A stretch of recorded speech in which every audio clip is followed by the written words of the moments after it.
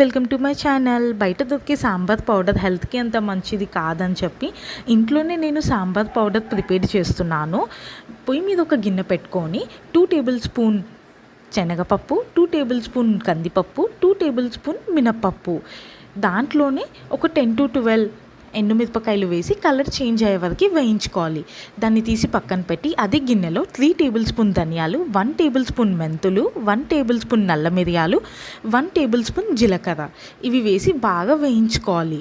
And మీకు ఒక విషయం తెలుసా, ఇవి వేయించేటప్పుడు మన ఇంట్లో స్మెల్ చాలా బాగా వస్తుంది. ఎప్పుడైనా మీరు ఈ రెసిపీ ట్రై చేసేటప్పుడు అబ్జర్వ్ చేయండి.